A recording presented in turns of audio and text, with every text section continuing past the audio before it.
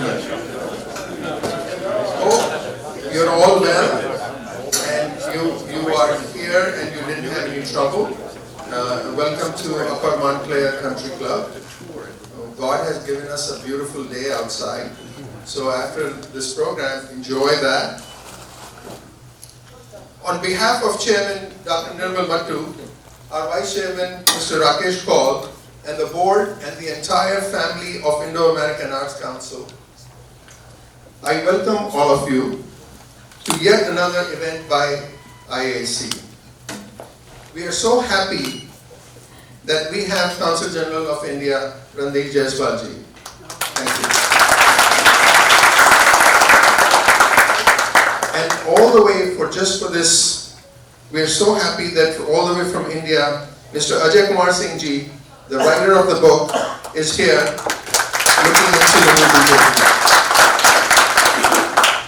And we are also so happy that Mr. Ajay Singh, a leader of innovation in public policy and global affairs from Washington, D.C., has flown in this morning to be part of this event. So thank you.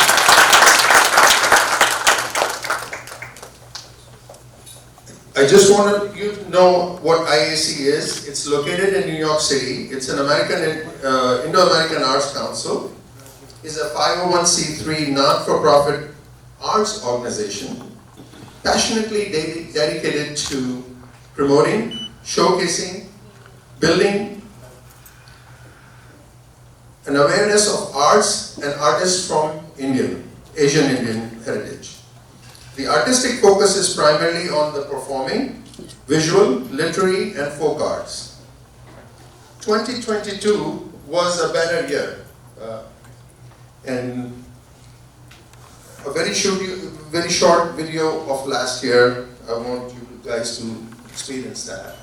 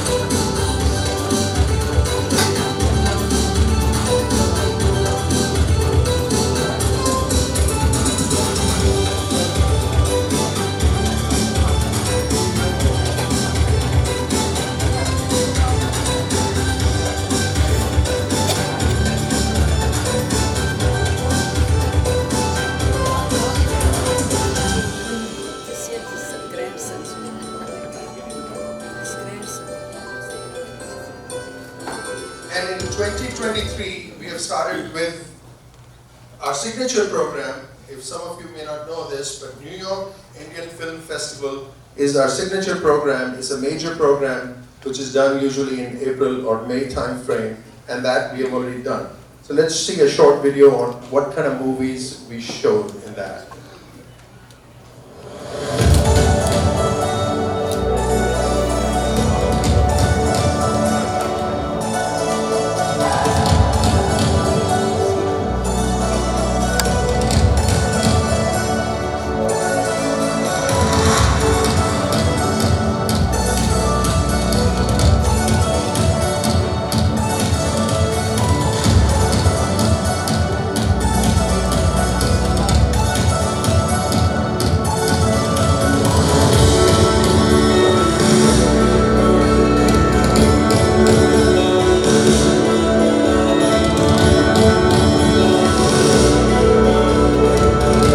Most of these are non-commercial movies. They depict Indian life and issues, social issues.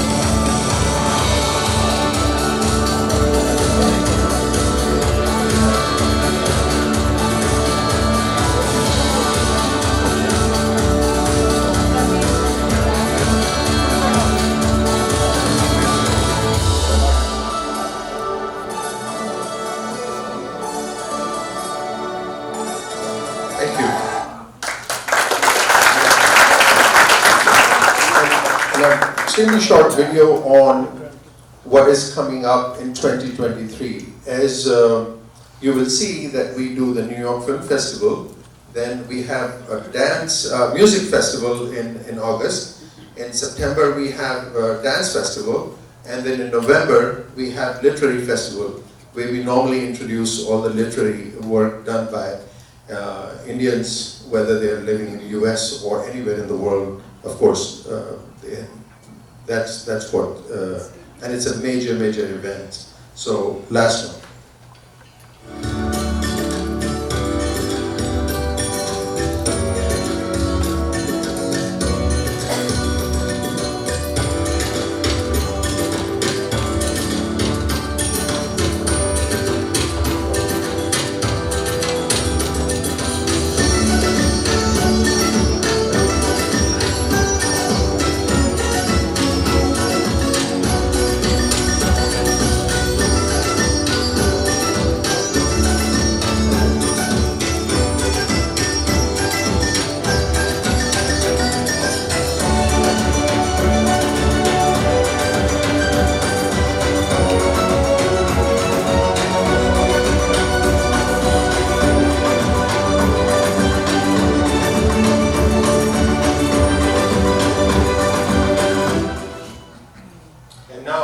Ladies and gentlemen, I have the immense pleasure to introduce a young, top community leader, Mr. Ankur Vaidya. I've seen him grow from volunteer to executive team member to president and now the chairman of the oldest Indian umbrella organization. The Federation of Indian Association, FIA, is known for the largest India Day parade in August outside of India. But it does actually much more. During the pandemic, under his leadership, and he and his team, and I was lucky to be part of it, managed to send over $50 million worth of medical equipment and supplies to India. So thank you very much. He is very instrumental in bringing very widely received community service, which really community has really appreciated, is consulate at your door. So rather than going to the consulate, you can get a lot of the visa and passport issues done in smaller areas where the people can go there and get it done without so many restrictions of New York City.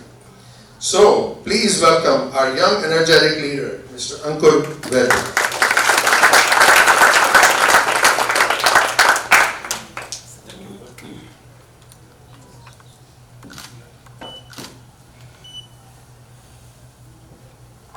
I'll wait a moment till video for the Federation of Indian Associations concludes. It's a 3-minute, 34-second video that showcases what the organization has done, for which we selflessly volunteer, for which Anil Bhai has volunteered for over a decade. So.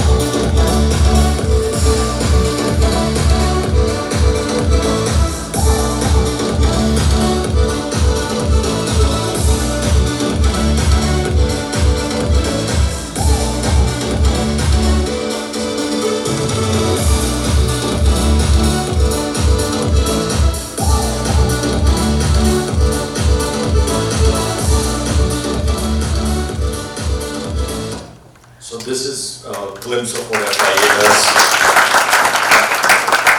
Honorable Consul General of India, New York, Shri Randhir Jaiswal Sirji, distinguished author Mr. Ajay Singh ji, Mr. Mattu, Mr. Kaul, Mr. Bansal, President Kenny Desai from FIA, my FIA fraternity brothers and Indo-American Art Council members. It is distinguished guests. It's indeed a pleasure and my honor to address this very distinguished crowd here on this beautiful Sunday here at the Upper Market Country Club. So thank you for the opportunity and thank you for allowing me to share my thoughts. As Indo-American Arts Council has been gracious enough to allow me to speak about the Prime Minister's recent state visit and the community further around it and the feelings of the community. As we all know, he's a true son of soil, a beloved community icon who has placed our motherland in the 5th largest economy in the world. If that was what was told 15 years ago, it would have been hard to fathom that that's where our motherland will stand 4 places from our homeland and rising. So I want to congratulate our son of soil, the Prime Minister of India, Shri Narendra Modi. As you know, from the onset, from the time he landed in New York at JFK, where he took time to meet every single person that came to receive him at the airport on the tarmac, till the time he got to the hotel before he got to his busy schedule and changed the hat from the beloved community leader that he is to being a statesman and a diplomat, a representative of the motherland, where he hosted some very widely publicized meetings, including that with Elon Musk from Tesla, among a host of other important decision makers from the corporate world. He performed International Yoga Day, where he left a mark of what India as a soft power has emerged with the meditation, health and well-being promotion. The Year of the Millet also stands a testament to his commitment to showcase what our motherland has to offer in terms of health that has not been explored.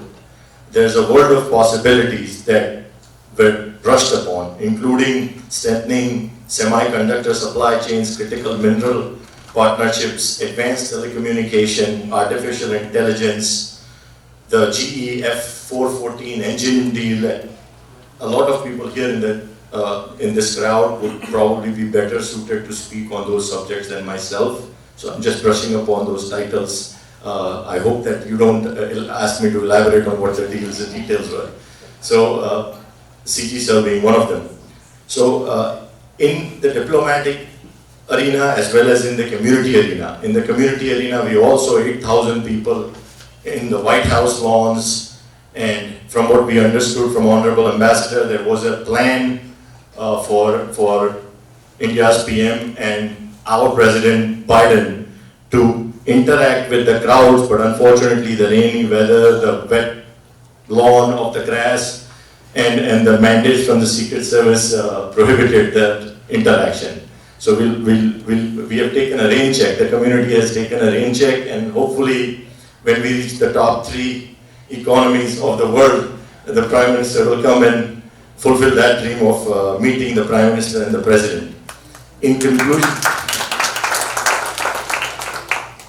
I will share a moment on why it is a proud moment for me personally, because the colonial rule that ruled over the motherland for over 200 years is in our rearview mirror in terms of the top 5 economies. So that's a proud moment for everybody here, and the show is not over yet. So having said that, I want to once again thank all of you for spending the time, and I want to move out of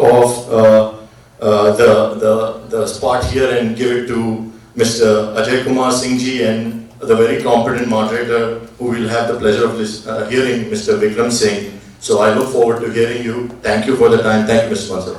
God bless.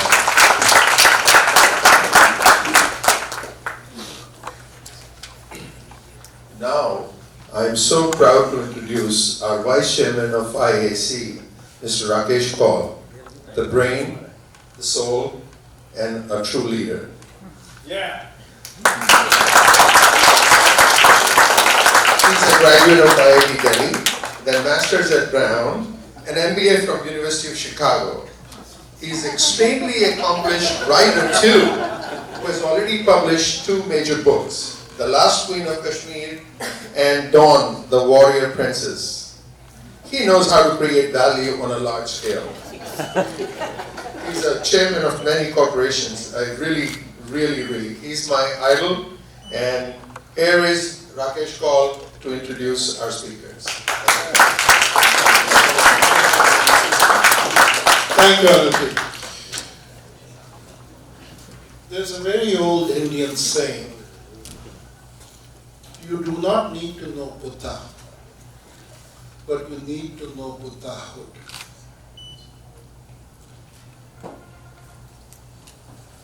As Prime Minister Modi enters his 10th year in office, it is extremely important that we step back and dispassionately understand the seismic change that he has wrought for India. If there's one word to describe India today, it is optimism. Have we forgotten that when he took over office, the Indian census was 25,000? Today it is at 63,000. Today, when you talk about India, what are the 7 adjectives that come to mind? Digital, infrastructure, muscular foreign policy and diplomacy, clean India. These are the stories of India. But technology has also brought transparency. And with transparency, there have been meta-narratives that have been created. How do you govern through all of this?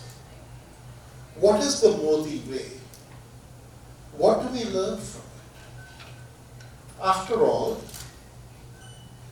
Vasco da Gama found the way.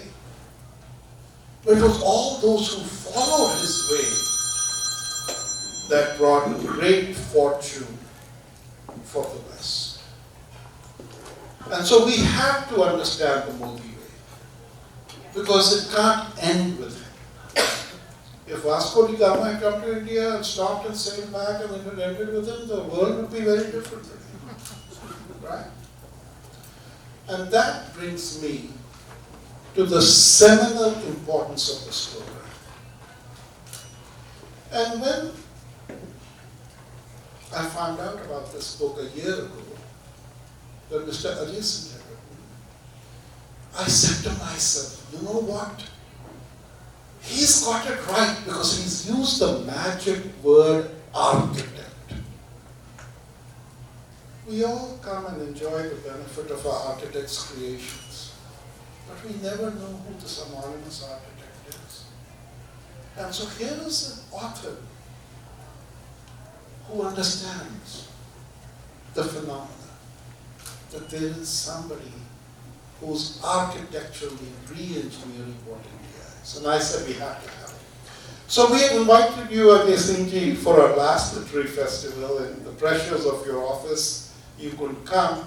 So when I found out that he was going to come this summer, we made an exception, because typically at IAC we only do 4 mega festivals, but this demanded an exception because it was the rarest of rare. So who are you, Mr. Ajay? And so when I read your background, I thought to myself, you know, we think of all the great names in America, like Woodward and Maggie Haberman and others who follow the political scene and write books on the leaders in the White House. But Mr. Ajay Singh is all of those and beyond. He has spent 35 years of his life in journalism. He has gone from reporter to bureau chief, political editor, editorial director, with the top news organizations in India. The Times of India, the Economic Times, the Telegraph, the Pioneer, Star TV, Sahara TV, NewsX, Governance Now, and First Post. But during this journalist career, he led 2 projects of great immersive importance that were supported by the London School of Economics and by ANSASAR, a World Bank Institute funded network. All of us are used to journalists who sit in front of television cameras in news studios in India and who just pontificate, right? They're there to throw raw meat in front of the TRPs. But to find a journalist like Mr. Ajay Singh, who has actually done grassroots work, now that's something important. And working at the grassroots level in Lucknow and Patna, he familiarized himself. What is the political process in the all-important Hindi heartland of India? He's had a great vantage point. He has interacted formally and informally with all of the political leadership in India. He's been present at the crucial moments in India's modern history. And so no surprise that he was asked to serve as the press secretary to the President of India. A very warm welcome to you.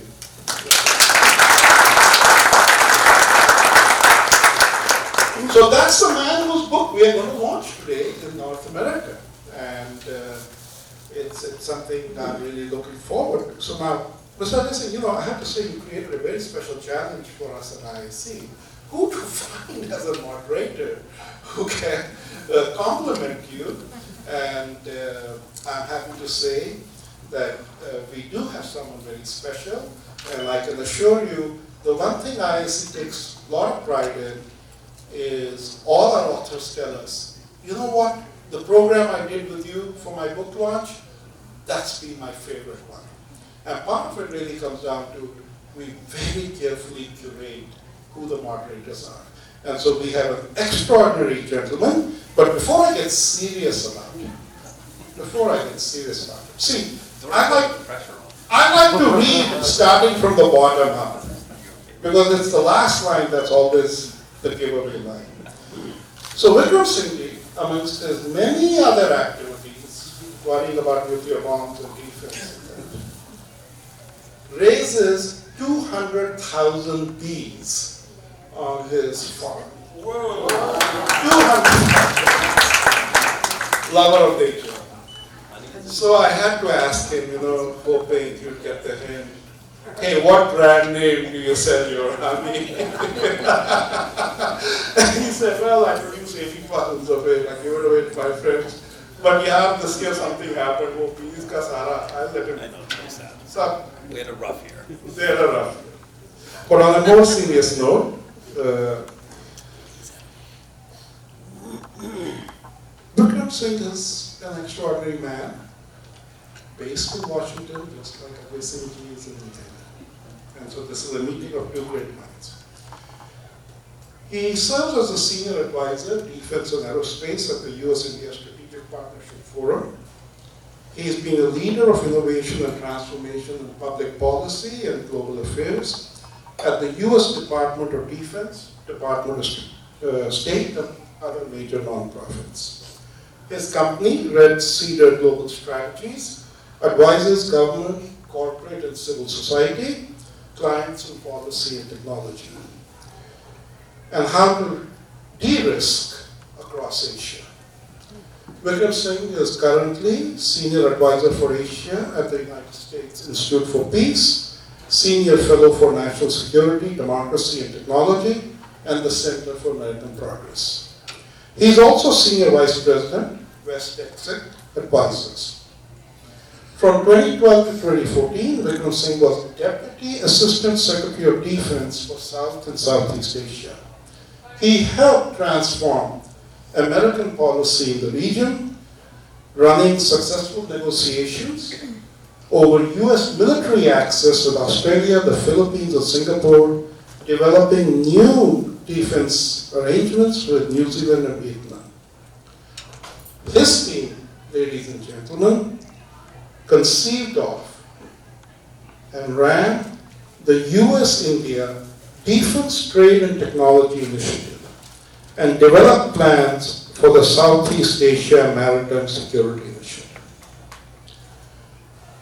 I felt there was nobody better to understand what is the long game here between the US and India, who can come and moderate this book that was birthed by Ajay Singh. So, with that, I will ask both of you to come and get seated, and I will ask Consul General Randeep Jaiswal, our beloved Consul General, to come and just make a few introductory remarks. Come, please get seated. And Randeep, please come first.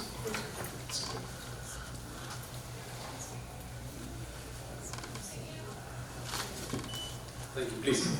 I'll be very brief. Good afternoon, everybody. We are here for a conversation on Impact Modi. And the immediate reason for that is, one, of course, the historic visit, and two, the book that we have here to launch. I need not go into the details of the historic state visit of Prime Minister Modi, but Mr. Rakesh Kaul talked about the long game. If you look at the long game, simplify it, there are three pathways in that long game. The technology or the digital pathway, the sustainability and climate change action pathway, and the geopolitical pathway. For these three pathways, India-United States relations is critical, and more critical. And for that reason, President Biden, on several occasions during the visit, he went on to say this partnership is most consequential of all the partnerships that we are going to witness in the 21st century. So that is the kind of similarity we are looking at when you look at India-US relationship. And the second reason why we are here to decode Impact Modi is the book. Cricket is in the air. We have the ICC trophy in the City Hall in New York, which I'll go and see, and I would invite all of you to come and see, take a picture. We are pitching, not us, but several others, pitching to get the World Cup to New York. I hope that happens. If I were to pick up an analogy for the culture of cricket to define the author, because I have been closely associated with him as a friend, as a colleague, as a respected colleague, I would say he's been doing pinch hitting, he's been doing slog overs, he's been doing opening in test matches. So that is the kind he's fielding in silly point, he's fielding in forward short leg, and much more. That is the kind of in-depth knowledge, experience, exposure he has to Indian socio-economic political landscape. And all that has been distilled and put in the book. So you are in for a treat. Enjoy it. Thank you. Thank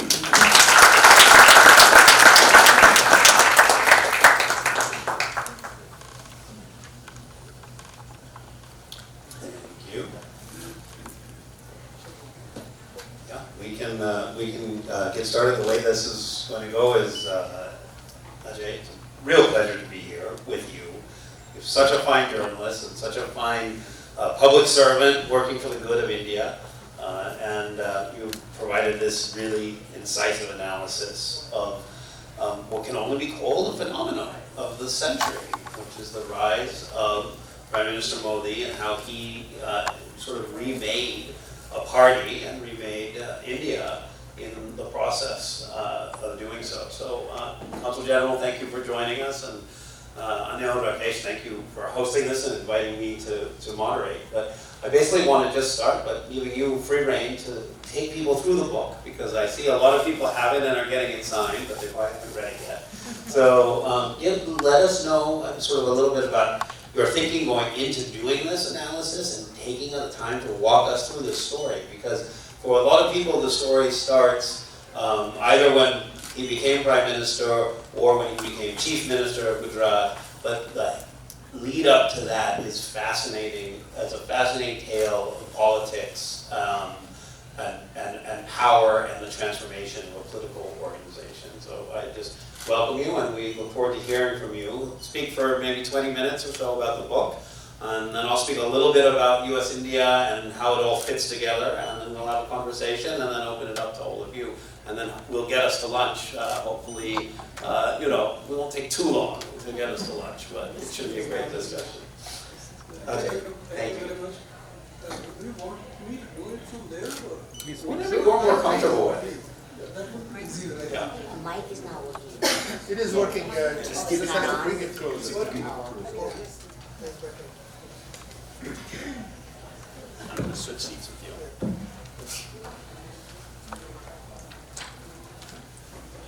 Good afternoon, friends. It is indeed my privilege to speak with you about my book.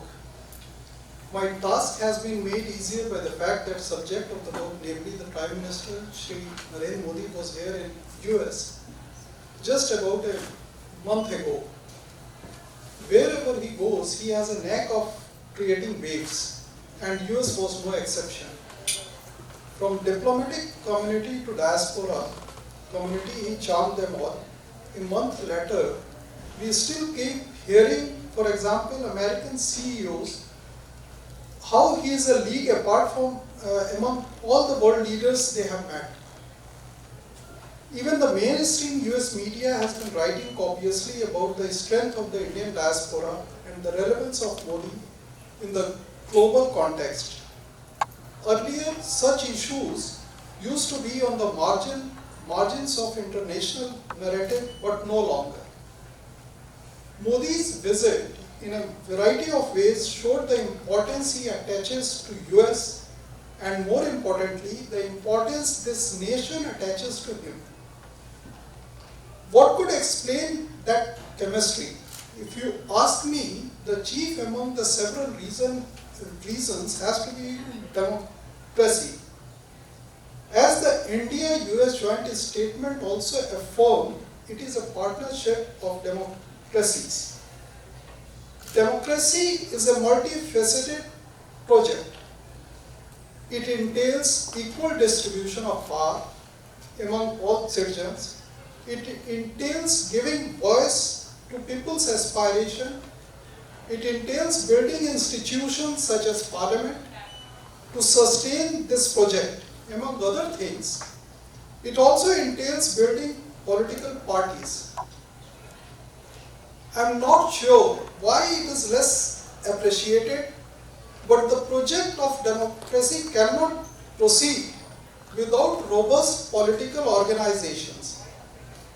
After all, a platform is needed to amplify people's voice, and a platform is needed to infuse the life into the institutions. Now that we are talking about parties, the case of Bharatiya Janata Party, or the BJP in short, calls out for attention.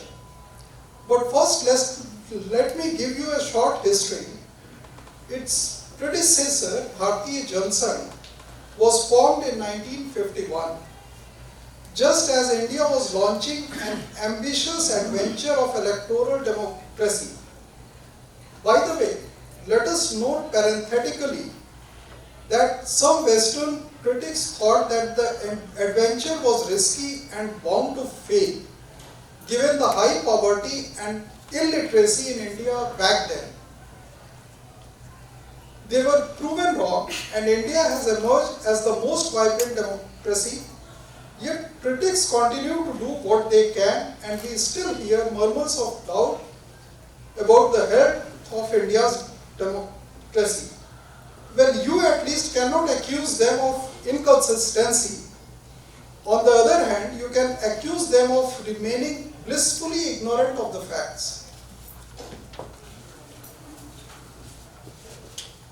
The Johnson metamorphosed into BJP in 1980.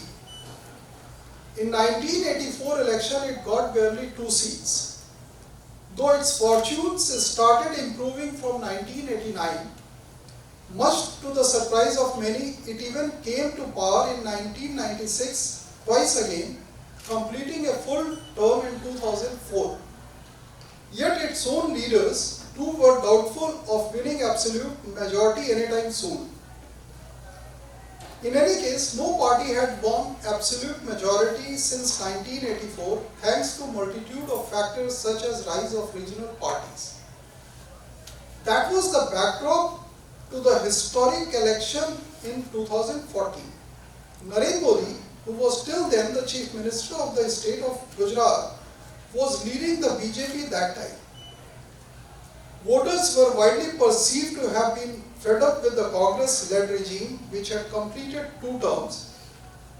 The BJP led by Modi was tipped to win election, but no political commentator, no old-time leader, no one had predicted the scale of victory. The BJP won with an overwhelming majority for the first time in its history. Also, it was the first party to do so in 3 decades. If it happens once, it could be a fluke. But in 2019, the BJP won even more seats.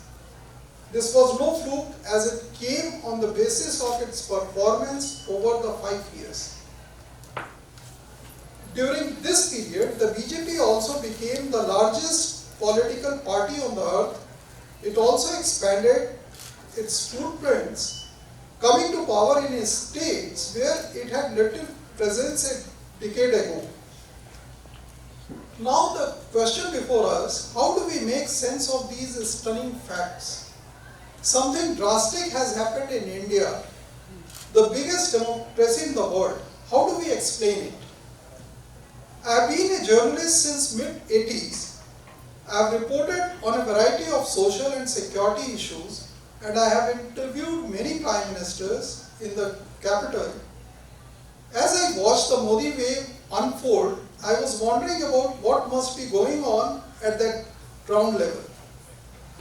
Since these questions have been before us for close to a decade, many answers have been proposed by now. Some believe it is Modi's charisma or rhetorical skills. Others credit his undiluted commitment to the political ideology of nation first. Still others say his singular focus on development and good governance has done the trick. True, all these factors have contributed to cementing the BJP's position in India's political landscape.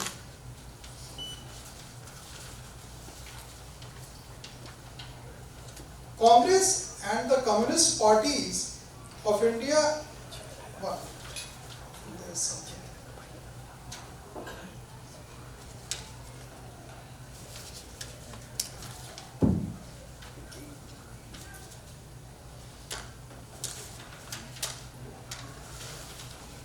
But I believe when they were all put together, they failed to explain the sheer scale of BJP's victories. Consider the fact Atal Bihari Vajpayee, the previous Prime Minister of the BJP, was also an extremely charismatic and outstanding orator. Similarly, the Vajpayee government too was known for its stress on good governance and developmental work. It too was dedicated to same ideology, though it lacked numbers and had to depend on allies to come to power, and hence some of the hot button issues were kept in abeyance. Modi as Prime Minister has got the numbers and therefore has taken decisive steps like neutralizing Article 370 of the Constitution, which had granted a special status to Jammu and Kashmir. Thus, we are back to square one. What explains Modi's astounding success? What is the full explanation not contributing factors. I hope I have whetted your curiosity enough by spending time on this backdrop, and now without further ado, I must reveal the full answer. I am afraid there is nothing mysterious there. It is more of a boring nuts and bolts factor, namely party building. That, dear friends, is full explanation of the rise and rise of Modi. If you want to know more, I suggest you read my book, The Architect of the New BJP, How Narendra Modi Transformed the Party. It was published in India last year by Penguin. If I may add, it went into reprint within weeks of the release, for which I must credit readers' inquisitiveness about the Modi magic more than my authorial skills. So what I just said was a commercial trick. It was in order to promote the book. What exactly do I mean when I say the paradigm shift taking place in Indian political landscape is thanks to Modi's focus on party building? While you will get the detailed explanation in the book, in the short time we have here, I will try to give you a summary. I will try to give you not a summary but few pointers. Though I have been a reporter, I began the project of this book with an observation made by American political scientist Myron Brenner. His 1967 study called Party Building in a New Nation. The Indian National Congress is a classic, and he says in it that a party grows due to deliberate and well-planned actions of its leaders. But mostly scholars assume it to be a natural process like a growth of a tree. Once I started looking at the tools and techniques of party building, I realized that Indian National Congress and the Communist Party of India had their own varieties. But the Johnson and the BJP had developed certain homegrown solutions to expand their base. The BJP had its own tried and tested techniques which were very well executed on the ground, especially by legendary leaders like L.K. Advani, Ushabhau Thackeray. Both lent their unique skills to build the party from scratch. But when it comes to Modi, I found something was different. This is where my long decades of experience as a journalist and interactions with the political leaders of various parties came to complement the insight I gained from the academic readings. Modi, originally a pracharak or senior activist with the Rashtriya Swayamsevak Sangh, that is RSS, entered the BJP in mid-80s. And he was given a very responsible position in the party unit of the state of Gujarat. In his home state, by the way, the party has been near continuously in power since 1995. As I analyzed his ways of expanding the party base, I realized that he was not playing strictly by the party playbook. That is to say, he was not relying on conventional or traditional techniques alone, but he was experimenting and innovating continuously. In the mid-90s, he had to leave his home state and work for the party in several other states, where again you see his creative mind at work. His approach can be termed disruptive in the positive sense. We do not have time to go through the various strategies he employed, without which the party would not have created history in 2014 for sure. But I want to highlight one point, that in India, any expansion of the party is almost always at the cost of the ideology. The more popular a party becomes, the more diluted its ideology gets. With Modi, however, the opposite is the case. As he has brought in more and more supporters in the fold, the BJP's ideology has indeed returned to its roots. Its government has taken up a series of demands that actually led to formation of Jansangh itself. India last year celebrated 75 years of independence as Azadi Ka Amrit Mahotsav. Modi then declared the coming 25 years, that is the run-up to centenary of India's independence, as Amrit Kal, a time that will shape a new India. It is already happening, be it in diplomacy or economy, in physical infrastructure, or in the newfound confidence of the young generation. It is no secret that without Modi at the helm, the script of the past decades would have been a bit different. Now he came to be at the helm is what I sought to answer in my book. Since it is relatively slim, you can read it over a weekend.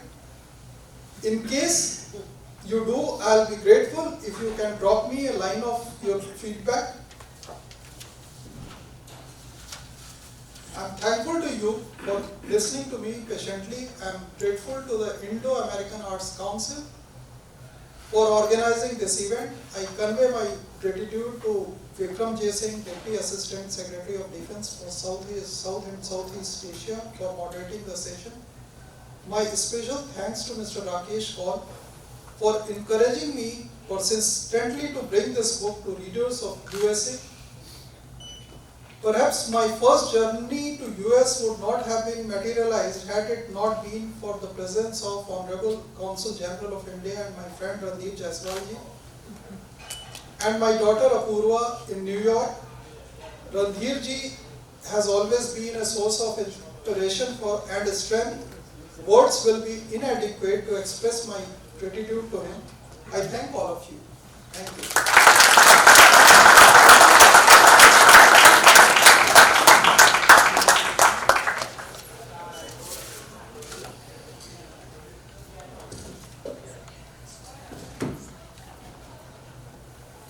Thank you, Ajay. That was tremendous. It's really a pleasure to hear the process and the big takeaways. And I know, Rakesh, you wanted me to speak for a few minutes, but I actually want to take the prerogative of the moderator and put my few comments a little later because you piqued my curiosity just too much to immediately dive into US-India things. What I want to know is, in the mid-80s, when Narendra Modi came into the party from being an RSS activist and organizer, what are 2 or 3 things he did differently and started to do differently from others who obviously populated the ranks of the BJP, who had come up under, L.K. Advani and other great leaders of the party? What do you identify in your research and your digging in that he did differently, and how did that, and how did the party respond to that actually? How did that play out in the early years? Well, while interacting with the members of audience, I found somebody from Ahmedabad. You need to hold it closer, I think. Thank you. Just about here. Thank you. So, there was Keep somebody. the mic close, please. Mic close. Yeah, close to your mic. There. There was somebody from Ahmedabad. So, I want to remind them that in 1980s, it was 86 rather, that Narendra Modi was brought into the BJP, and there was an election of Ahmedabad Municipal Corporation. So, on the face of it, it was a small election of a Ahmedabad municipal body. But the manner in which the election was held and the kind of governance that Ahmedabad Municipal Corporation delivered in 1986, that became the role model for the BJP. And in 1980s, BJP was not a strong force in that state, Gujarat. So it was after Ahmedabad Municipal Corporation election which set a kind of role model for other parties, that BJP grew and its growth was unstoppable from then onwards. So that was one instance. If you read the book, you will find that in terms of reforms, there was a case that there was rationalization of electricity supply in all over the state. For instance, that agriculture electricity was restricted to 4-hour supply. So why was it done? In fact, there was a lot of resentment over that. But what happened that in Saurashtra area, where the water table had gone down considerably, so it was in order to prevent the farmers to use groundwater that electricity was restricted. So initially there was a lot of resistance, but eventually when you go there now, you will find that this whole face of the whole Saurashtra has changed. So these are small steps. You will not find, when I researched for it, I found that there are so many small steps. If you aggregate those steps, you will find that it's a huge reform. Yeah, so that's very interesting. The small steps. Comes naturally to community organizers. You know, one of the things, if you work with U.S.-India relations in government, one of the things you note is that we've had very strong, very close relationships now across, I guess we've had 5 presidents in the United States, even all the way back to Bill Clinton, and across Modi ji, Manmohan Singh, and Prime Minister Vajpayee. Actually, the relations have been close across the board. One of the things in the Obama years was he was a community organizer, and I think they actually really bonded over that. I heard that that was one of the things as they understood political organizing, and they actually would talk about that. When Prime Minister Modi came in, one of the things the BJP had going for it was the entrepreneurial party. It was the innovative party. The other parties were legacy and old even then, right? And while you were talking, you said that they had their own ways of party building, which obviously they have to. But in a way, it does seem that the scene was ripe for a disruptor. The BJP became the disruptor, you know, like a tech company can become a disruptor because it wasn't calcified and it allowed a lot of new ideas and new blood. Modi being an example of that himself, actually.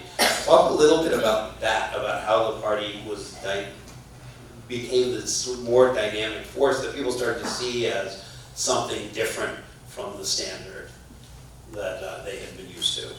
No, you see, if a decade back you had asked me the same question, I would have told you that I don't anticipate BJP's growth in Eastern India or Northeast, because Northeast was out of reach, and Eastern India, BJP was largely confined to Hindi heartland and some parts of the Southern India.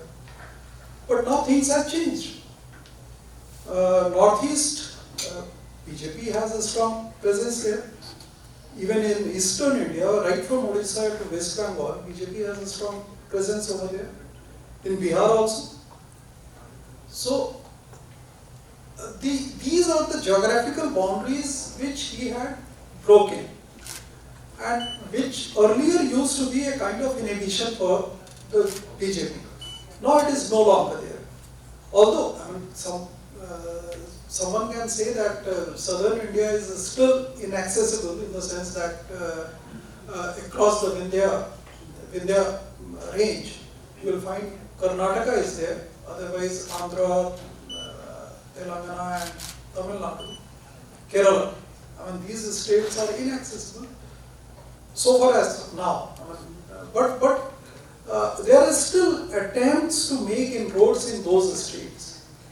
So BJP has broken the geographical boundaries, which earlier it was confined to certain areas.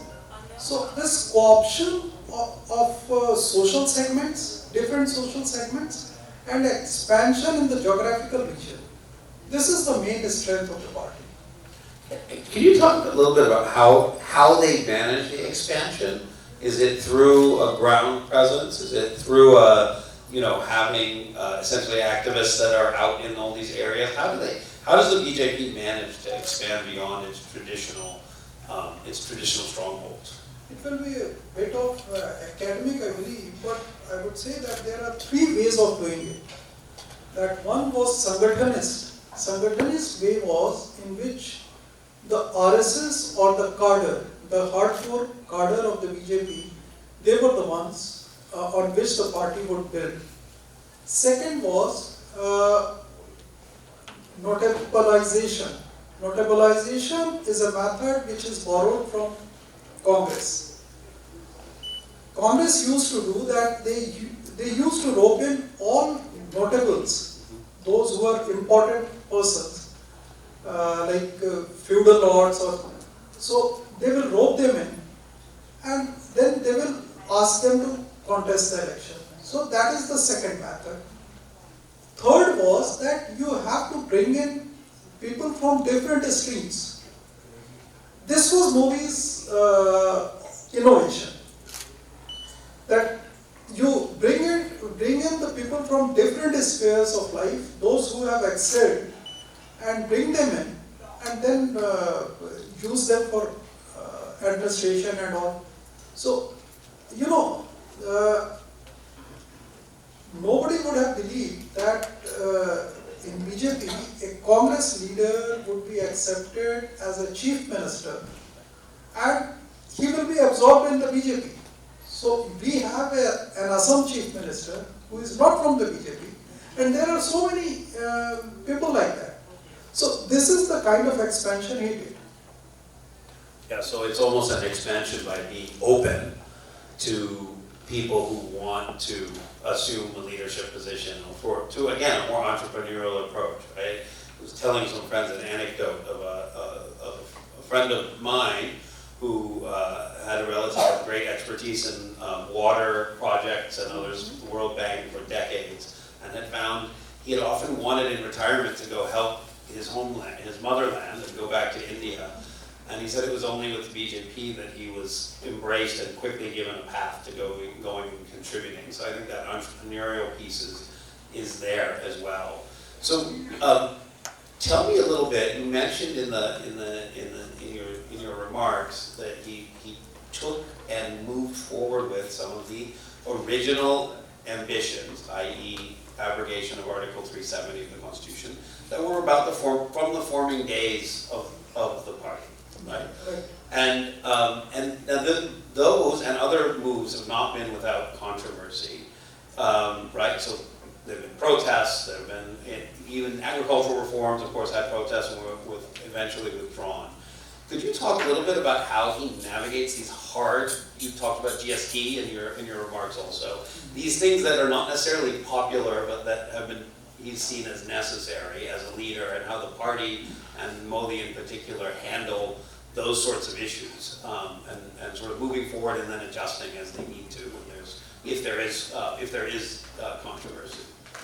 You see, he has, if you take the core issues of the BJP, that Ram Janmabhoomi. So Ram Janmabhoomi issue was settled by the court. It was not settled administratively. It was settled by the Supreme Court. So that issue is over. The second issue was abrogation of Article 370. So that has been debated, and there was no reaction in the valley as such. Khalsa is there, he knows it too well, that there was no reaction. Kashmir has not changed. It has improved. So he has his own way of navigating those issues. Having said that, I would still say that on certain issues, he takes a larger view of the nation. I mean, on farms reform, when he realized that it is going in a different direction, there is an attempt to foment trouble on the pretext of farm law, but it was causing some kind of social rift. So he immediately changed it. And this is not the first time he did it. So he would not stand on the press stage when it comes to national integrity or security. So I have always found that he is so resilient on certain issues. Although his views, like I told you earlier, that electricity reform in his own state, Gujarat reforms, what he did that, and while in course of writing this book, I was interviewing an IAS officer who was with him. So he told me that I was a bit skeptical about those reforms because in terms of election it might cost, in his opinion, it will cost him. So he went to the chief minister and he told him, sir, can we defer it? So he asked him why. So that officer told him that it's because of election, because you are facing the election. So he told in Hindi that आप जो सही है वो करिए, ये election कैसे जीतना है वो छोड़ दीजिए. So you leave election on me. जो whatever is right you do. So that is the kind of response he gives. I mean, when he is convinced about something, he'll do it. But that doesn't mean that he will stand on the prestige. So what's very interesting as an outside observer of Indian politics, you know, and what makes it so interesting to hear from you is he does seem, you know, to that popularity rating has not moved anywhere but been steady and up. And it didn't matter when the controversial things were done.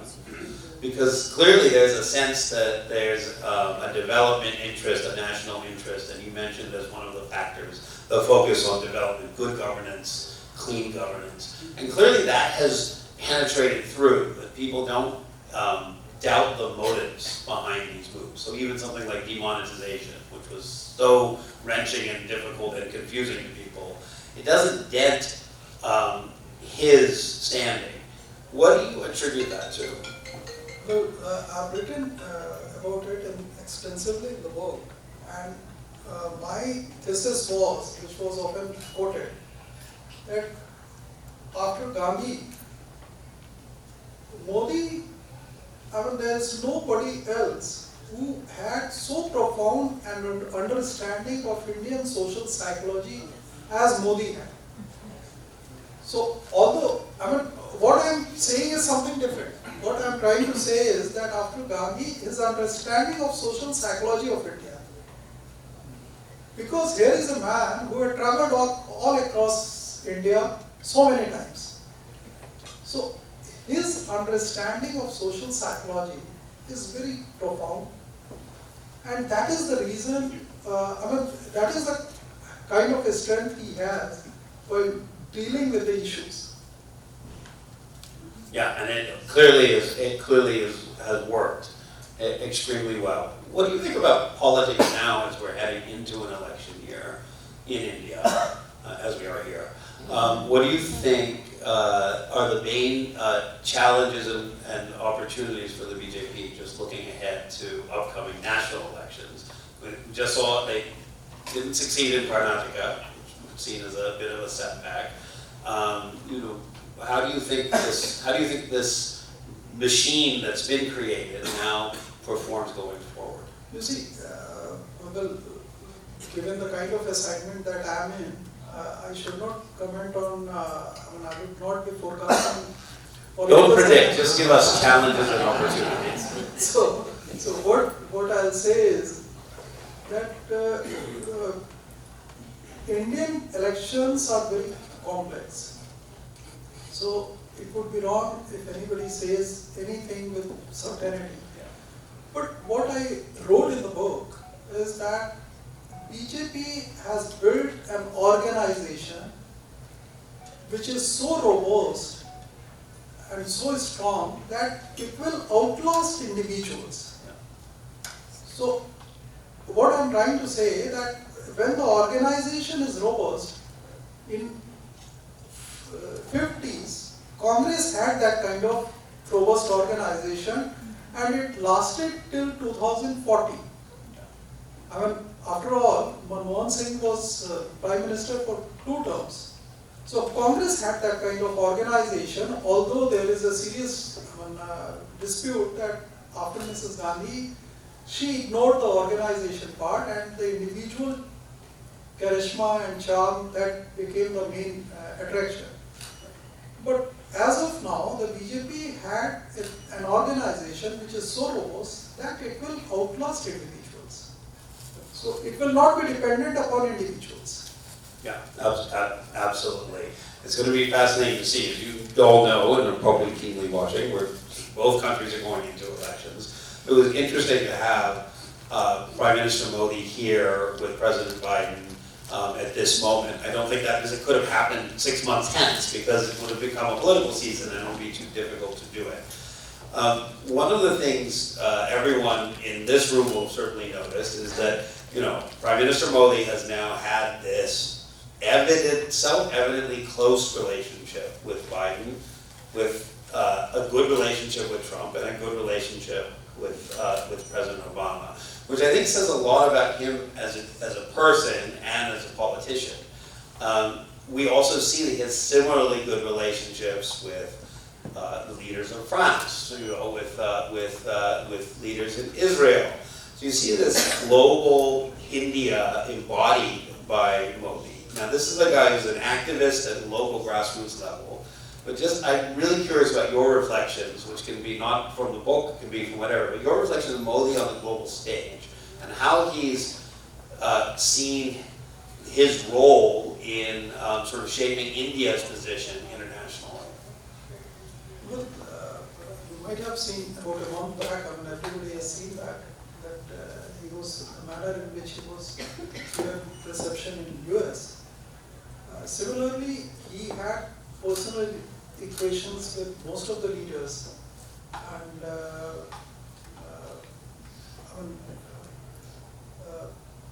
if I could recall it, during Shinzo Abe's assassination, he went all the way from... Go a little closer with the microphone. Yeah. Oh, sorry. I'm not used to it, so so he went to Japan. So he had a natural skill of having rapport with most of the international leaders, and that he does with certain kind of finesse, which is remarkable. So, apart from that, he will be building, what I could understand, although that is not my area, but what I could understand that he will be building on the inherent strength of India. So, you see in international relations, Veerji is here, so he would be better to guide us. But in international relations, you don't, apart from personal relations, that helps, but until you have the inherent strength in your nation, you can't do much.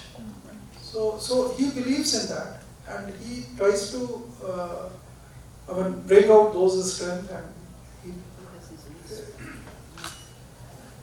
Yeah, clearly, and also very successful. We were talking about 5th largest economy on the way to probably the 3rd largest economy. When people ask me why are we at this moment with India where you see this sort of festival atmosphere around the relationship, much more than you'd see with a typical state visit even. There's always pomp and circumstance, but it's really sort of feels like a societal thing. I sort of think there's 3 things going on.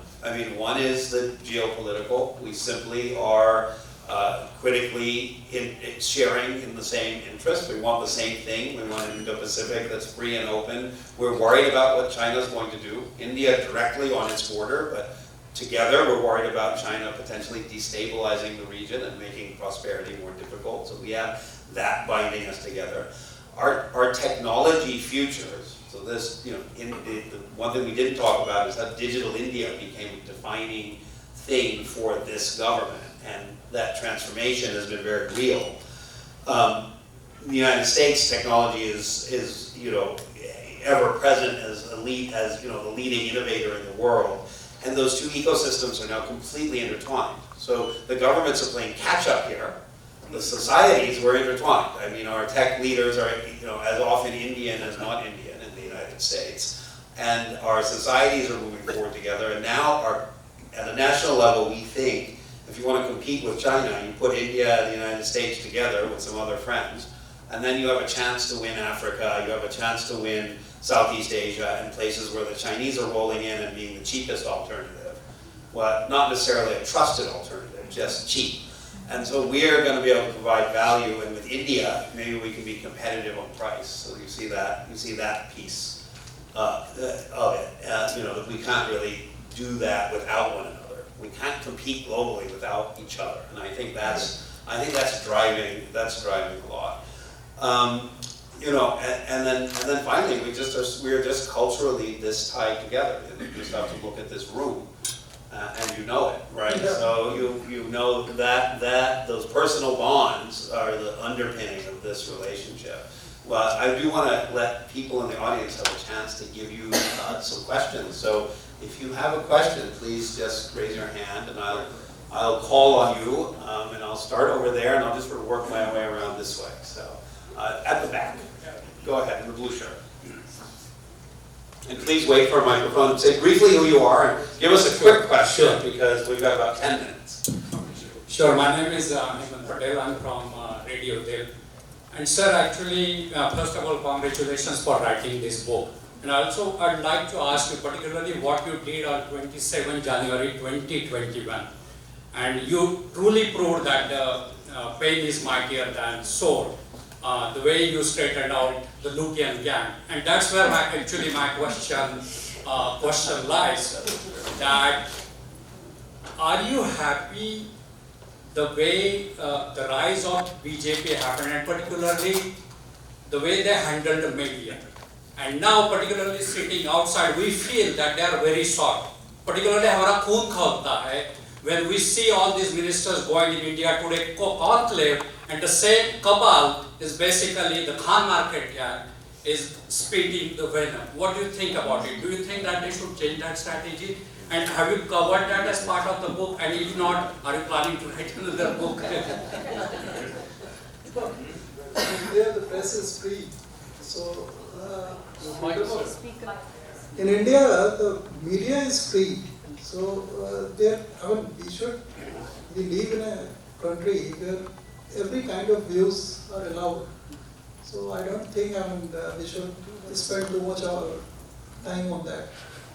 And that is irrelevant. If somebody says which is not correct, so that information loses its steam. So I don't think we should bother too much about that.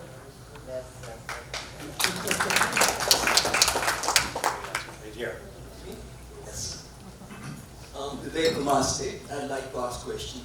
You said that the BJP has built a robust organization across the country. But if you look at the developments over the last year, is there an unraveling of this organization? Because they lost badly in Karnataka.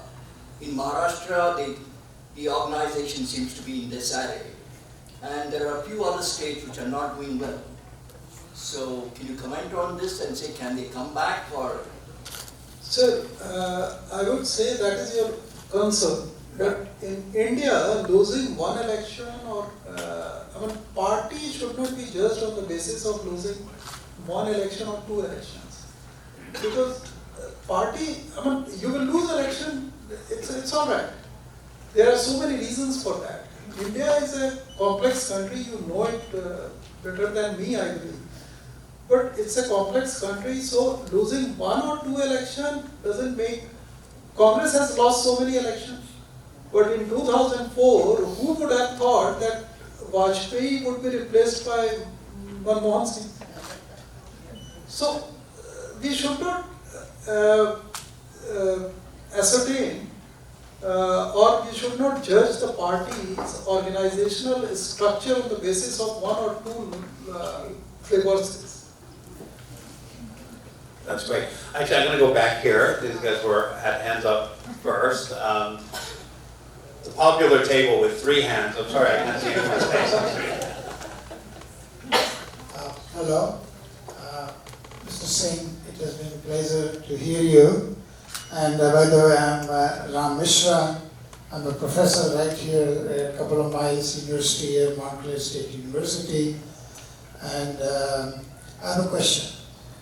By the way, I really appreciate Modi. I don't call myself Modi Bhakt, but I know there are some people here, like it is fine.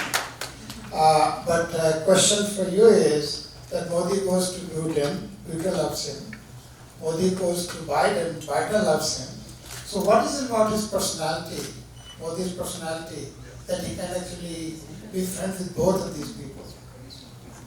Well, there is a streak of autonomy in him, which we should appreciate. That's what it is. Yeah, so that's all. So it's not Modi, it's India. Yeah, it's autonomy in himself, and he has that. He's independent. He thinks his own interest and country's interest. So we should. That is the reason. I know you can keep going at that table, but then you're going to come to this side, because this side's been discriminated against. Thank you. My name is Ashu, and I also live in Montclair. So very happy that you guys love the book. Thank you for the panel discussion. My question is fairly simple, actually. We talk about and we hear about BJP's organizational strength. But when I kind of think from historical perspective, India had great leaders like Maharana Ranjit Singh, who built a great empire. And while he was there, it was power of his personality which kept it going, but then it crumbled. Even before that, there was this famous Salt King, Hemu Vikmadev, who won the second battle of Panipat. When he was gone, it went away. Same thing in Vijayanagar. So within the BJP, if it is not Modi, how does the organization stand? Because other parties in India, like Congress, organization might be whatever it is, but it is the glue of the Gandhi family which keeps it together. In my home state, UP, is the Yadav family which keeps the SP together. What does it have Modi? He has no family. But I mean, he admires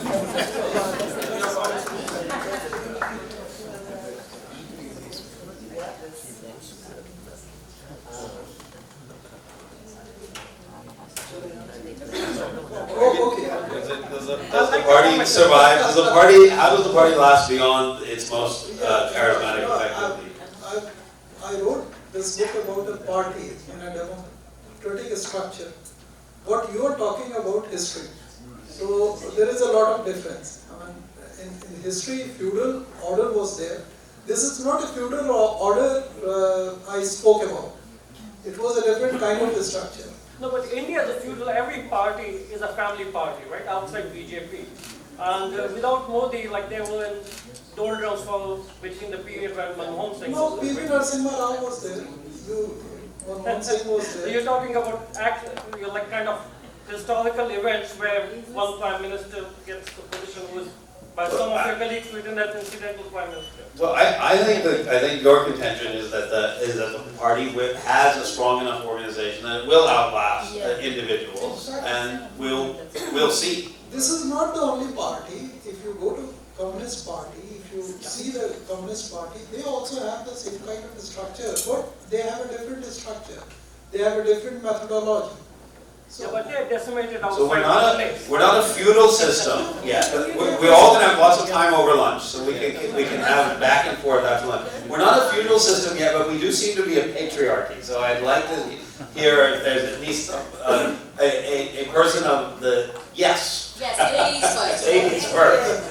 Thank you. Namaskar, Ajay Singh ji. I'm from ITV Gold, and I think you did a wonderful job, and I'm sure I will read your book and definitely, can comment after that. Thank you. But I'm a Modi fan too, and I think he has done tremendous for his party. He has raised funds. So I want to know, how has he made his party the best and the richest party in India?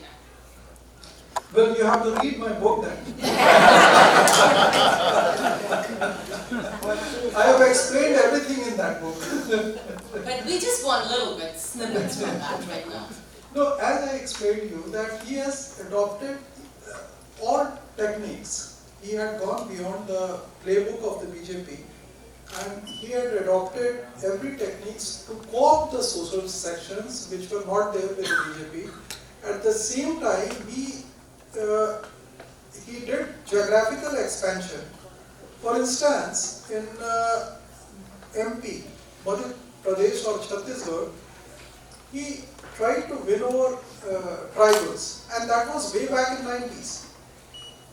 So he won over tribals and he won the election. So as a result, what had happened that BJP had a very strong base in that state. There are so many states like that where he co-opted new social sections, and at the same time, in the area where geographically BJP was not there, he made inroads by expanding organization. So that is the way he had expanded the party. That's all. Thank you. Last question, we'll go right there. And then if you didn't get your question, don't worry, I promise there'll be lots of time for questions in the fall. Namaskar, my name is Sanjay Shahani.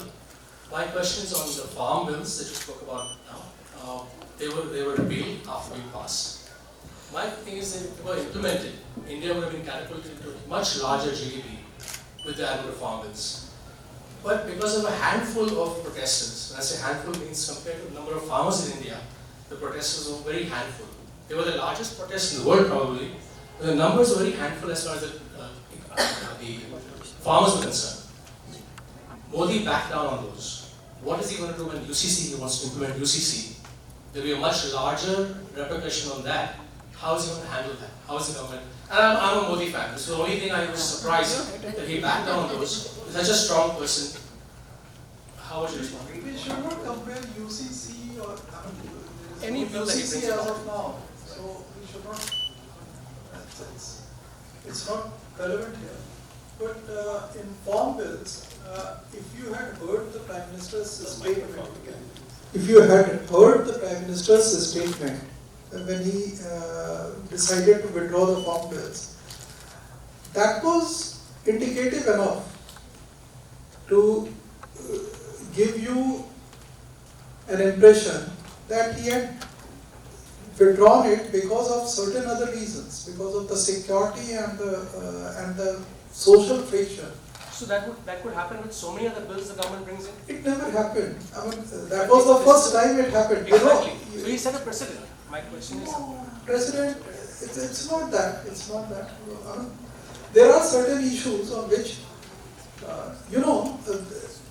this farm bill was one. If you could recall, there was another reform, land reform, which happened right after 2014, which he introduced through ordinance, and he had to cancel those. So it's not, you know only one case, so you are saying that, otherwise there are many. Yeah, this was the most publicized, that's right. Yeah, so it's not, in statecraft you do not do something on the prestige. You have so many other inputs. This was part of Congress's agenda too. And Yeah. then they, But government has decided to withdraw the bills. So they must be having some. will they ever reasons. come back because they were... No, I have no idea because I'm not I'm not there. Well, I think the point is, across Indian politics, the decisions that have to be made, the magnitude of the things that are being done, just the sheer scale and the drama that surrounds it makes it extraordinarily interesting to everybody. And you could look at this in many different ways, this sort of the farm bill drama, the demonetization drama. But the fact is, reform in India is difficult, and politicians have to make choices and decide what battles to fight and how far to go, and whether the cost is worth the pain in some cases. And so I do think you would view it in many ways, maybe that was a tactical defeat, but it's only one part of the whole agenda for the leadership. I think I just ask you to leave us with final thought, because we should break and get to lunch and talk more about these sorts of issues. But how do you think, both within India, other political parties, and then even outside of India, how do you think others are taking lessons from or trying to learn from Prime Minister Modi and what he's achieved with the BJP? I personally believe Indian political parties have been looking at the BJP's success and trying to think about how they can imitate or try to do some similar things. How do you think, and what do you think the lessons are for people building political organizations, not in India and also in other democracies? No, they have been trying to imitate him in so many ways, the other parties as well. But the only thing is that in India, as I told you earlier, that the social structure is so complex, and the political process is, I mean, if you go deep into it, you'll find out there is no one way of doing it. There are so many ways of doing it. So, for instance, regional parties have their caste base. So they do not have party structure. They supplement their cadre structure by caste people. So regional parties have that kind of structure. In national parties, Congress has been trying to build the structure, but now it is too late for them. They have been trying to do it, although they have some kind of a structure. BJP has that kind of robust structure, and other regional parties have their own way of doing it. For instance, in Delhi, AAP has its own way of building cadre structure. So that is what I was saying, that India, there are so many ways of expanding the party and doing it in their own way, that although they are looking at him as a role model, but role model, it would be difficult to imitate him to the fullest, because BJP has a distinct ecosystem as compared to other political parties. Well, Ajay, it's been really fascinating. I just want to thank you from the bottom of my heart. Thank you.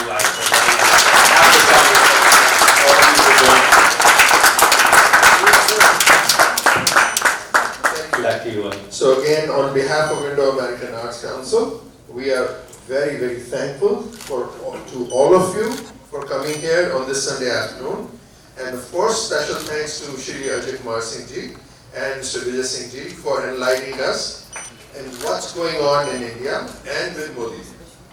We are grateful to Nandi Jaiswal ji and the new Indian government for their help in making all of us proud people from India. In my mind, IAC, by showcasing our rich heritage and culture, we feel proud to be who we are. And that's what we try to do in the US.